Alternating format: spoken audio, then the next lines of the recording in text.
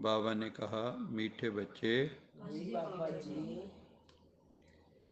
एक परम पिता परमात्मा की याद में रहना ही कौन सी याद है? एक परम पिता परमात्मा की याद में रहना ही कौन सी याद है? सच्ची याद है और यथार्थ याद है। और अभी आया नहीं। एक परम पिता परमात्मा की याद में रहना ही अव्यभिचारी याद है। कौन सी याद है? अव्यभिचारी याद। हाँ, भक्ति मार्ग में व्यभिचारी याद है, क्योंकि एक पे नहीं टिके हुए। कहाँ टिके हैं वो? जहाँ जहाँ स्वार्थ की पूर्ति होती है। भक्ति मार्ग में लोग कहाँ जाते हैं? जहाँ कामना की पूर्ति होती हो। निष्काम नहीं है। ज्ञानी निष्कामी हो जाता है। सही अर्थों में अगर ज्ञानी योगी है तो वो निष्कामी हो जाता है। लेकिन भक्ति मार्ग में जब व्यभिचारी याद है, एक नहीं अनेक, है ना? अव्यभिचारी किसको कहते हैं? जिसका एक से बुद्धि योग है। व्यभिचारी किसको कहते हैं? जिसका अनेकों से बुद्धि योग है। तो भक्ति भी पहले अव्यभिचारी होती है, बाद में व्यभिचारी हो जाती है। तो लोग फिर क्या बोलते हैं, आप किसको मानते हो? कहते हम तो सबको मानते हैं। जैसे किसी स्त्री को पूछा जाए कि आप पति किसको मानते? कहते हम तो सबको मानते हैं। तो उसको व्यभिचारिणी बोल देते हैं। जिसका ध्यान इधर उधर हो, एक से अधिक हो, तो उसको व्यभिचारी वर्ड यूज करते हैं। व्यभिचार तो कहते ये व्यभिचार करता है। तो ऐसे ही भगवान ने कहा, शिव बाबा ने कहा कि तुम्हें मेरी याद के अलावा किसी और को याद नहीं करना है, क्योंकि हाथी के पाँव में सबका पाँव। जब आपने सबसे पावरफुल को पकड़ लिया तो छोटे मोटे को, पत्तों को पानी देने की जरूरत नहीं, आपने जड़ को पकड़ लिया, मूल को पकड़ लिया आपने। मूल में जल दे दिया तो सारे वृक्ष को जल मिल जाएगा, सारे प्लांट को जल मिल जाएगा। तो इसलिए हम मूल से जुड़े हैं, बीज से जुड़े हैं। किससे जुड़े हो हम? मूल से जुड़े हैं, है ना? बीज से जुड़े हैं। परमात्मा सृष्टि का बीज रूप है। इस याद से तुम्हारे पाप कट जाते हैं। बाबा कहते हैं कि ये जो तुम्हारी याद है, ये अग्नि रूप धारण कर लेती है अंत में। और जब अग्नि रूप धारण कर लेगी तो जितने भी, कहते हैं ना, दुनिया में सबसे ज़्यादा शुद्ध करने वाली अग्नि है। ऐसे ही जब योग अग्नि होगी, योग की अग्नि होगी, याद की अग्नि होगी, प्रेम की अग्नि होगी, तो उसमें तुम्हारे पाप जो हैं, तुम्हारे जो धब्बे लगे हुए हैं आत्मा पर पापों के, वो सारे साफ हो जाएंगे, है ना? एरियल के अंदर जब कपड़े डुबो देते हैं तो उसमें जो लगे होते हैं ना धब्बे, या सर्फ पे, तो सारे साफ हो जाते हैं। तो यहाँ भी ज्ञान और योग की सोप है, उससे सब सफाई हो जाती है। प्रश्न है, शिव बाबा जो समझाते हैं उसे तो कोई बहुत सहज मान लेते हैं, एकदम उनकी बुद्धि में बैठ जाता है, और कोई इस बात को बहुत मुश्किल से समझते हैं। कईयों को तो ऐसा लगता है बस जैसे एक सेकंड में, अरे जो पाना था सो पा लिया। एक सेकंड भी नहीं लगता निश्चय होने में, और एक होते हैं उनको टाइम लगता है। तो बाबा कहता है कईयों को तो मुश्किल लगती है और कई जो हैं एक सेकंड में समझ लेते हैं। तो इसका कारण क्या है? कौन बताएगा? इसका कारण क्या है कि किसी को तो जब ज्ञान में आते हैं तो फटाफट मान लेते हैं ज्ञान, और कई जो हैं देर लगती है उनको मानने में। जैसे जिसकी प्रलाप्त होगी शायद, जैसे जिसकी प्रारब्ध होगी, जैसे जिसने भक्ति पूरी भक्ति करी जिसको जैसे आधार जिसकी से भक्ति लिया, होगी। हाँ, उस आधार से उसको बाबा समझ ने आएगा। वही कहा हाँ, कि अगर आपकी भक्ति, जैसे कहते हैं ना वो हाँ, हाँ, नवधा भक्ति, हाँ, नवधा भक्ति सच्ची। है ना, 9 प्रकार की भक्ति, तो जिसने नवधा भक्ति की है, परमात्मा के लिए टाइम दिया है, मंत्र जाप किए हैं, भक्ति मार्ग की कोई रस्म ऐसी नहीं जो छोड़ी हो, शायद इससे मिल जाए, शायद इससे मिल जाए, शायद ऐसा करने से मिल जाए। तो बाबा कहता है जिन भी बच्चों ने भक्ति मार्ग में बहुत भक्ति की है, जो आधा कल्प से पुराने भक्त हैं, वो शिव बाबा की हर बात को सहज ही मान लेते हैं, है ना, क्योंकि उन्हें भक्ति का फल मिलता है। ज्ञान जो है क्या है, भक्ति का फल है। जिन्होंने बहुत भक्ति की है, रसमयी भक्ति की है, तो उनको ज्ञान भी रसमय मिलता है। कईयों ने ना भक्ति भी शुष्क की होती, कि जोर तो मारा है लेकिन पूरा प्यार जागा नहीं। वो ज्ञान मार्ग में भी पूरा कईयों का जागता नहीं है, मैकेनिकल ढंग से करने लगते हैं, यंत्रवत। तो हमें यंत्रवत नहीं करना है, हृदय से करना है, प्रेम से करना है। तो बाबा कहता है वो पुराने भक्त हैं आधा कल्प के, वो बाबा की हर बात को सहज मान लेते हैं, और उनका ये भक्ति का फल है। जो पुराने भक्त नहीं हैं, उन्हें हर बात समझने में मुश्किल लगता है। मतलब परमात्मा को याद तो किया, ढूंढा भी, लेकिन उतना नहीं। दूसरे धर्म वाले तो इस ज्ञान को समझ भी नहीं सकते। कौन समझेगा इसको? जो आदि सनातन जो आदि सनातन देवी देवता धर्म की आत्माएं हैं, मानने वाले होंगे, जो तने में आने वाले हैं। हम सब कौन है? तना है हम। बाकी सब कौन है? बाकी धर्म सभी निकली हुई सभी सनातन से निकली हुई शाखाएं पर शाखाएं। तो आप तो सबका आधार मूर्त हो, आप सबके उद्धार मूर्त हो, आप सबके लिए उदाहरण मूर्त हो। तो बाबा कहते हैं इस अनादि अविनाशी बने हुए ड्रामा में, ये जो ड्रामा अनादिकाल से बना हुआ है, जिसमें ये प्रश्न नहीं हम कर सकते कि इसको ये पार्ट क्यों मिला। ये प्रश्न कर सकते हैं? नहीं कर रावण को रावण का पार्ट क्यों मिला, श्री कृष्ण को श्री कृष्ण का पार्ट क्यों मिला, है ना। जिसका भी जो पार्ट मिला वो अनादि अविनाशी, उसकी आत्मा में वो संस्कार अनादिकाल से भरे हुए हैं। वैसे बाबा ने एक मुरली में कहा भी हो, उस दृष्टि से अगर देखो तो इस ड्रामा में हम किसी को दोष नहीं देते। दे सकते हैं किसी को दोष? वो कहेगा अभी मेरे बस में क्या है, मेरा तो पार्ट भरा हुआ है, सबका भरा हुआ है। इस अनादि अविनाशी बने बनाए ड्रामा में हर एक के पार्ट को देही अभिमानी बन साक्षी होकर देखना है। लेकिन बाबा कहते हैं आपको उनको कैसे देखना है ये विधि बता रहा है, क्योंकि हमें संसार में रहना है, हर एक से व्यवहार करना है। लोग यही देखते हैं दुनिया में इसका बिहेवियर कैसा है। आपको लोग जज कैसे करते हैं? आपके व्यवहार से, आपके बिहेवियर से। ज़्यादा ये लोग ये भी देखते हैं कि आप जो है बाह्य दृष्टि से, आपका चेहरा, आपका चाल चलन, आपके वस्त्र, ये सारी चीज़ें जो है ना दुनिया वाले देखते हैं, उससे भी अंदाजे लगाते हैं लोग।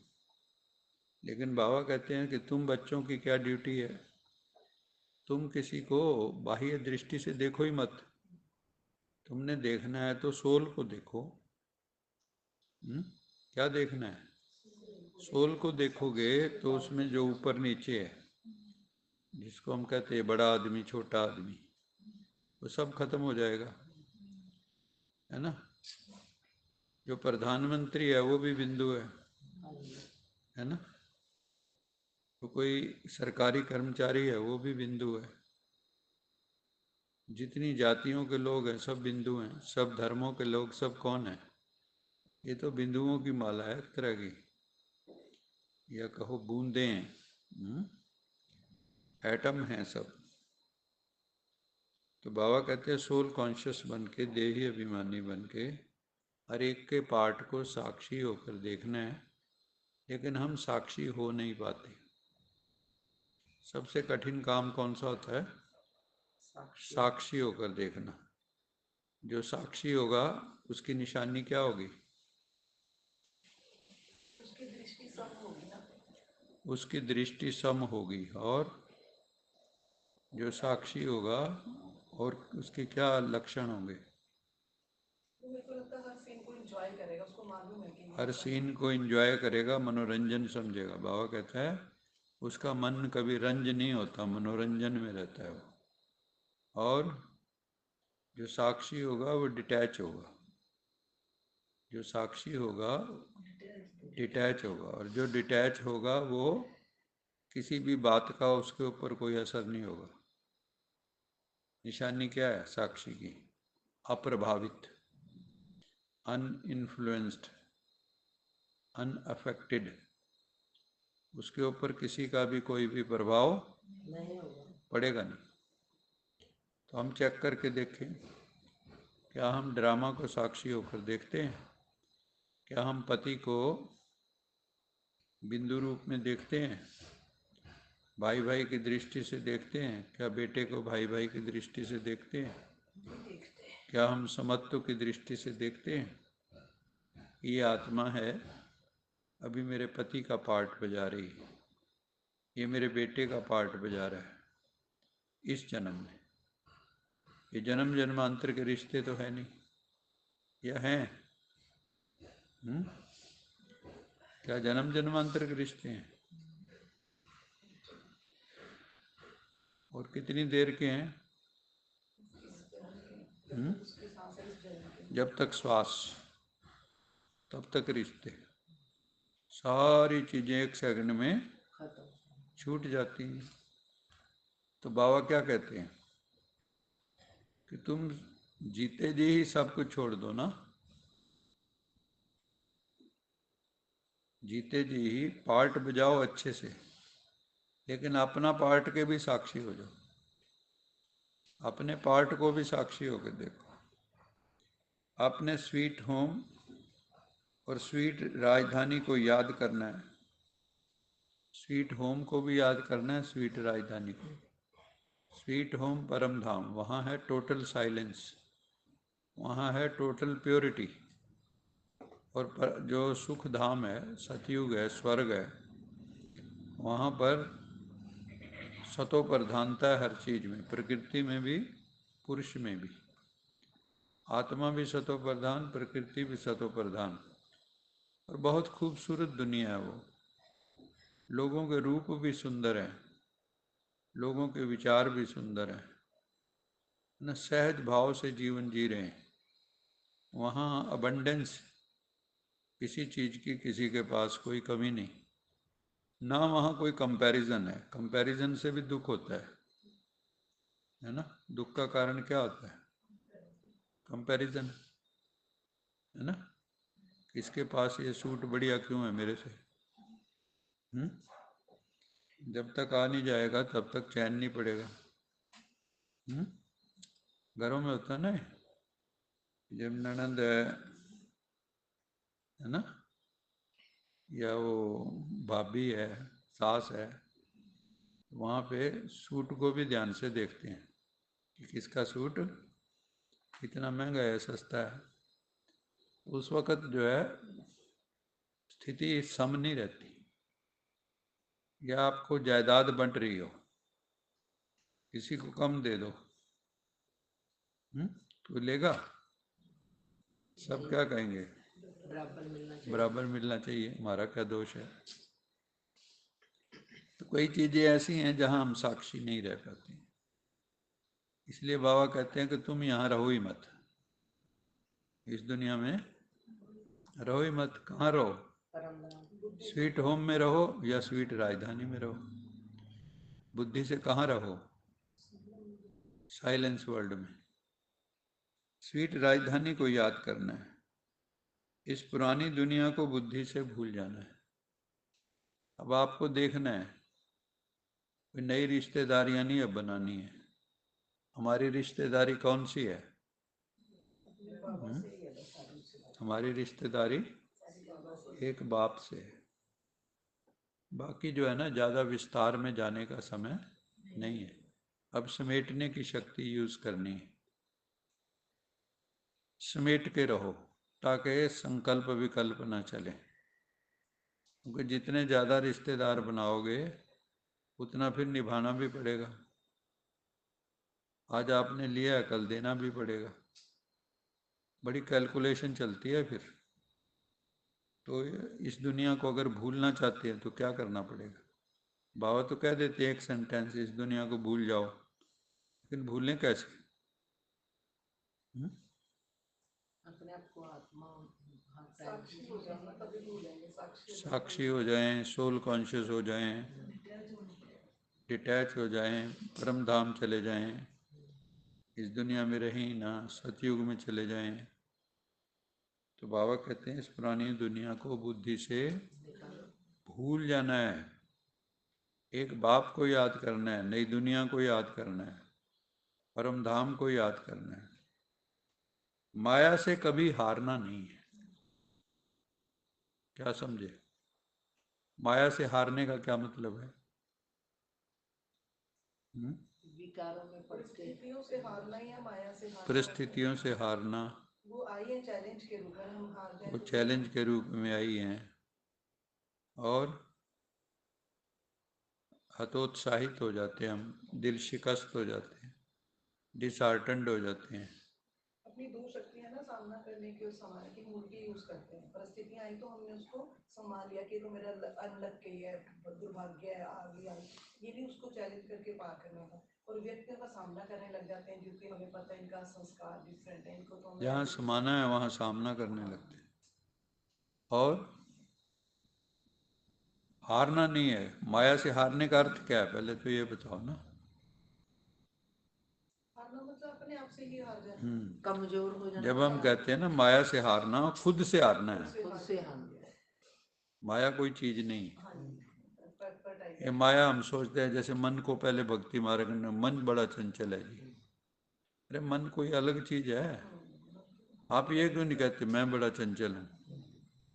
मन बड़ा चंचल है? कोई और चीज हो जैसे इंसानी मतलब फितरत है। फितरत है, वो अपने आप को स्वीकार। हाँ, अपने ऊपर नहीं लेता। दूसरों पे भी है। हाँ, अब हम माया से हारने का मतलब हम और तरह से कहेंगे। ये नहीं कहेंगे भी मैं खुद से हार गया, मैं खुद की कमिटमेंट से हार गया, मैंने जो अपने साथ वायदे किए थे उससे हार गया, मैंने भगवान से जो वायदे किए थे उससे हार गया। क्यों? मेरे में शक्तिहीनता है। हार क्यों गए? शक्ति की कमी हो सकती है, ज्ञान की कमी हो सकती है, प्रेम की कमी हो सकती है, सत्यता की कमी हो सकती है। ये सारे माया से हारने के कारण है। फिर बाबा ने संपन्न होगा। अच्छा मीठे मीठे सिकिलदे बच्चों प्रति माता पिता बाप दादा का याद प्यार, गुड मॉर्निंग रूहानी बाप की। रूहानी बच्चों को नमस्ते। हम रूहानी बच्चों की रूहानी माता पिता बाप दादा को याद प्यार, गुड मॉर्निंग, गुड नाइट और नमस्ते। सदा रहो हंसते, कहीं नहीं फंसते, बन जाओ फरिश्ते, बांध लो अपने बसते, चलो प्रभु के रास्ते। वाहिगुरु जी का खालसा, वाहिगुरु जी की फतेह। बोल साचे दरबार की जय। लोका समस्ता सुखिनो भवन्तु, लोका समस्ता सुखिनो लोका समस्ता सुखिनो भवन्तु।